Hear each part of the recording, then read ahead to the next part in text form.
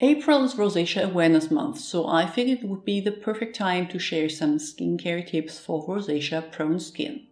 Now, I don't suffer from rosacea, so I can't speak from experience here, but I have a friend that does and that late last year approached me asking for help building her routine. So after we dive into the theory behind rosacea skincare today, I will share the routine we built for her next week, putting the theory into practice, if you will.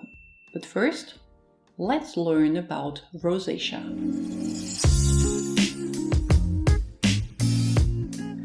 If you're new here, welcome. I'm Dr. Anne, a physician passionate about skincare and well-aging. What is rosacea? Rosacea is a chronic inflammatory skin condition that is characterized by redness and prolonged blushing in the first stage and usually affects the middle of the face more than the side parts. Other than the redness, there can be acne-like spots, but no comedens, which is the main way to differentiate the two.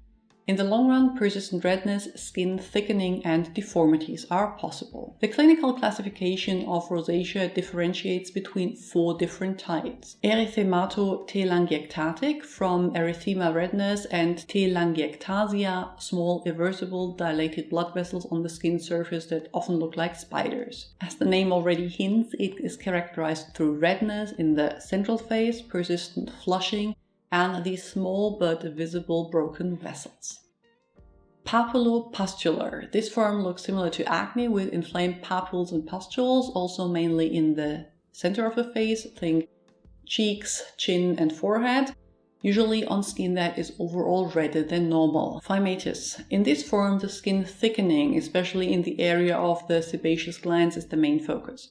It often manifests as tissue hypoplasia or tissue growth around the nose, which can get really large and deformed, a condition called rhinophyma. And ocular. This form only affects the eyes, with dryness, irritation, conjunctival redness, and crusty eyelids being the main issue here. In reality, these forms aren't always clearly separated, and often prolonged blushing is the first warning sign for a long time until pustules and telangiectasia appears. Who's at risk of getting rosacea? The pathogenesis behind the disease still isn't fully understood, but we know that there is a genetic component, meaning it often runs in the family, and that it is caused by abnormally processed inflammatory triggers via activation of the neutrophils that cause prolonged and chronic inflammation with changes in the skin. Other contributing factors are a tendency for prolonged vasodilatation, especially on the skin surface, so-called demodex mites, tiny creatures living and feeding off your skin whose poop causes inflammation, and a damaged skin barrier. The last one is a little controversial as the chronic inflammation leads to an impaired skin barrier as well, so you can't exactly be sure which one comes first. It is much more common in fair skin types and arguably harder to spot in dark skins and affects more women than men. It also often appears later on in life in your 30s and often happens in recurrent phases with initially complete remission. Why treating rosacea early is important. Similar to acne, suffering from rosacea has a tremendous impact on mental health and reduces quality of life, both due to the physical changes and due to the fact that rosacea skin often hurts. It feels tight and anything you put on top stings or burns. That alone should be reason to treat it. What some people are not aware of though is that while in the beginning the redness completely disappears again, over time permanent changes can occur. Persisting redness that never goes away, broken blood vessels, or skin deformities through tissue growth or skin thickening, all that could happen if rosacea goes untreated for prolonged periods of time.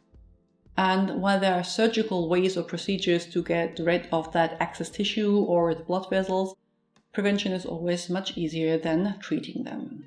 Lifestyle changes to consider when you suffer from rosacea. As mentioned before, the pathophysiology of rosacea isn't fully understood yet, so triggers might be different for different people.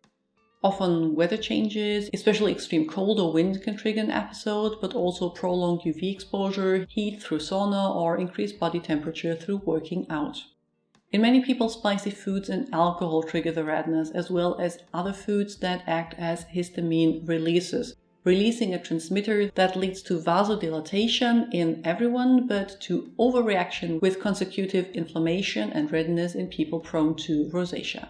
On top of that, anything that on its own might trigger inflammation, like certain essential oils, fragrant components with a high allergic potential, stripping cleansers, physical cleansing devices like brushes, or strong actives like exfoliants or retinoids, all that has a chance of triggering rosacea or making the condition worse. Which out of all the things mentioned here are relevant to you needs to be determined by observation. How do I manage rosacea with skincare? First and most important, if you have active rosacea, your best bet is to see a dermatologist for prescription treatment. While some of the ingredients used to treat rosacea, like azelaic acid, are also available without prescription in lower concentrations, I do not recommend experimenting on your own. Same as with acne, anything that has the potential to permanently change your skin should be treated by a professional as early as possible. Potential prescriptions might be oral antibiotics, topical azelaic acid, or topical Solandra, aka ivermectin, to get rid of the Demodex mites. With that out of the way though, there are a lot of things you can do to keep your skin calm in between rosacea episodes, or something more important, to make your skin feel good while you are on prescription. Because while these medications are effective, they are often neither cosmetically pleasing nor do they quickly help mitigate the side effects, the tightness, burning and stinging sensation. So think of your skincare regime as prevention and support, but not as the main player in the treatment of your rosacea. I will list products I would recommend in the description box below. The key components of your routine should be simplicity. Use as little steps as possible. Cleanser, moisturizer, sunscreen. Yes, you can add a serum or face mist or whatever once your skin is calm if that is what you want, but whenever it starts acting up, take it back to basics. Gentleness. A gentle, non-stripping cleanser. No tools like face brushes, not even vigorously rubbing your face dry with a towel.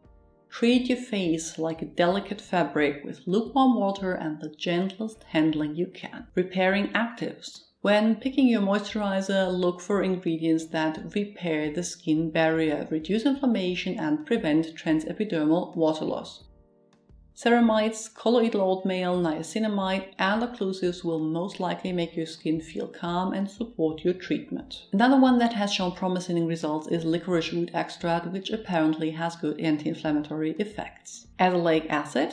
If your skin is off prescription but you feel like you need a little help to keep it that way, incorporating azelaic acid into your routine for gentle exfoliation and potential anti-rosacea effects is good. It is also something you could try if you have mild symptoms and don't want to get back to the derm. But again, if it doesn't get better quickly, don't experiment, see a professional for prescription. Sunscreen. UV exposure will cause inflammation, so wearing your SPF regularly is the key to avoid rosacea episodes. At the same time, many people will react with irritation to the older chemical sunscreen filters like avobenzone or octocrylene, which is why you might want to opt for mineral sunscreens if you live in the US.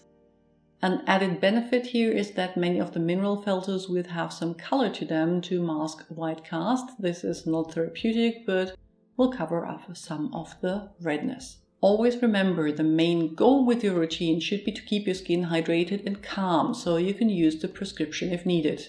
You might prevent flare-ups, but you won't cure rosacea with cosmetics. Can I use retinol when I have rosacea? With retinol being advertised a key component in anti-aging skincare, it comes as no surprise that many feel like they are missing out if they aren't using it. So the question is, can I use retinol when I suffer from rosacea? The answer is, it depends. If your skin has an active rosacea flare-up, you shouldn't. The best thing to do here is to calm your skin down, not to potentially irritate it further.